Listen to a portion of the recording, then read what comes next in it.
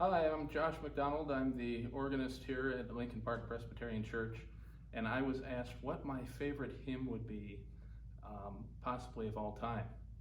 And to me, what really stands out is the popular hymn, Here I Am, Lord, otherwise known as I, the Lord of Sea and Sky. I remember singing this hymn years ago, especially when I was a kid, even up until today. It's really had significance on me personally, and I can even remember the hymn number for the original Blue Book that we sang in the Presbyterian Hymn Book, number 525. And up to my knowledge, there were 6 verses. And I know a little bit of backstory on this hymn. Back in 1979, a composer by the name of Dan Schutt sat down and basically, with a friend, was asked to compose the hymn. And I believe it was just in a few days' short notice, actually for a Catholic Mass.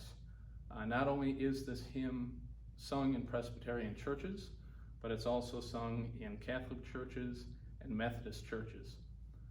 And basically, when he penned this hymn, like I said, he only had a few days to do it, and he actually had the flu while composing it. And within just a couple of days, he managed to write this. He prayed to God before he composed it and basically said, Lord, help me through this.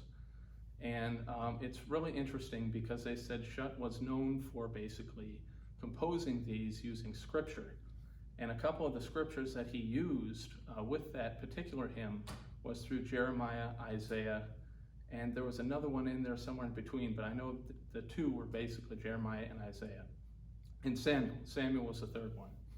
And so he basically transcribed the scripture from the Old Testament and put it into this hymn. And basically, to me, this hymn it shows God's love, God's power and might, and it also makes reference at the very end to the Lord's Supper and the resurrection. And that's basically why it's always been a longtime favorite of mine. It represents peace too. So if you're even having a good or bad day, it doesn't matter. This type of hymn really has that type of significance for me. So that's basically it.